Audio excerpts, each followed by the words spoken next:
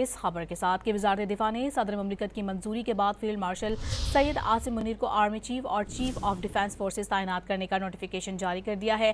Year chief marshal Zaheer Ahmed Babar Sidhu کی مدت ملازمت میں 2 سالہ توسیع کر دی گئی ہے۔ جی ہاں، صدر آصف زرداری اور وزیر اعظم شہباز شریف نے نئی تعیناتیوں پر مبارکباد پیش کی ہے۔ وزیر اعظم نے کہا کہ سی ڈی ایف تعیناتی جدید جنگی تقاضوں سے ہم آہنگ ہے، ملک کے دفاع کو سب مل کر ناقابل تسخیر بنائیں گے۔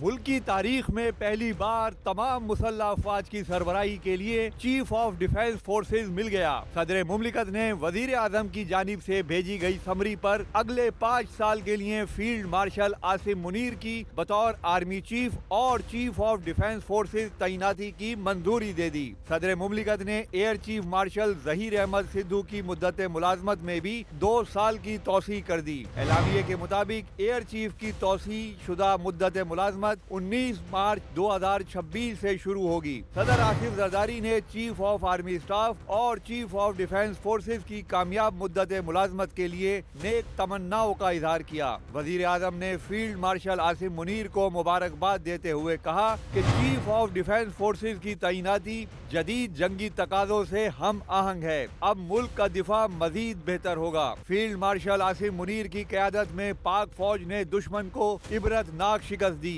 مارکہ حق میں شاندار کامیابی سے پاکستان کا نام پوری دنیا میں روشن ہوا۔ وزیر اعظم نے chief of air staff Zaheer Ahmed Babar Sidhu کو بھی مدت ملازمت میں توسیع پر مبارکباد دی۔ وزیر اعظم نے کہا کہ ایئر چیف مارشل کی قیادت میں پاک فضائیہ نے بھارت کے جنگی جہاز تباہ کیے اور دشمن پر اپنی دھاک بٹھائی۔ وزیر اعظم نے کہا کہ پاکستان کے دفاع، ترقی اور خوشحالی کے لیے ملک کے تمام ادارے مل کر کام کریں گے۔ ملک کے دفاع کو سب مل کر ناقابل تسخیر بنائیں گے۔